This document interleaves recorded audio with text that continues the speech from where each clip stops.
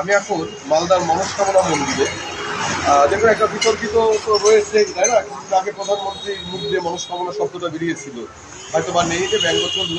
যাই হোক, আমি সেই মন্দিরের সামনে দাঁড়িয়ে, এই যে মা মনস্কামনা, প্রায় 400 বছরের পুরনো এই মনস্কামনা মন্দির। আপনি মন্দির দেখলে বুঝতে পারবেন এর প্রাচীনত্বটা।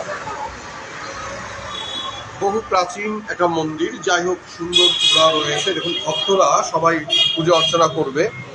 আর এখানে আসুন, একটা জিনিস দেখায়।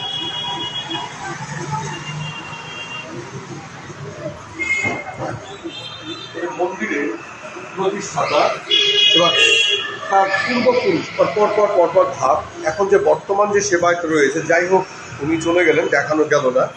যাক, আমরা সেই মনস্কামনা মন্দিরে রয়েছি, মালদার বহু ঐতিহ্যবাহী মনস্কামনা মন্দির।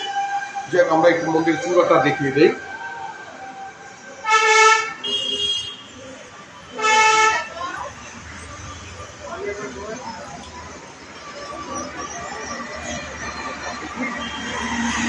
যাই হোক, পুরোনো দেখা যাবে, রাস্তার ওপার থেকে ছবিটা তোলা যাবে না।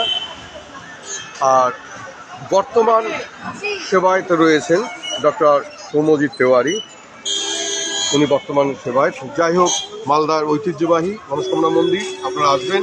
হর হর মহাদেব।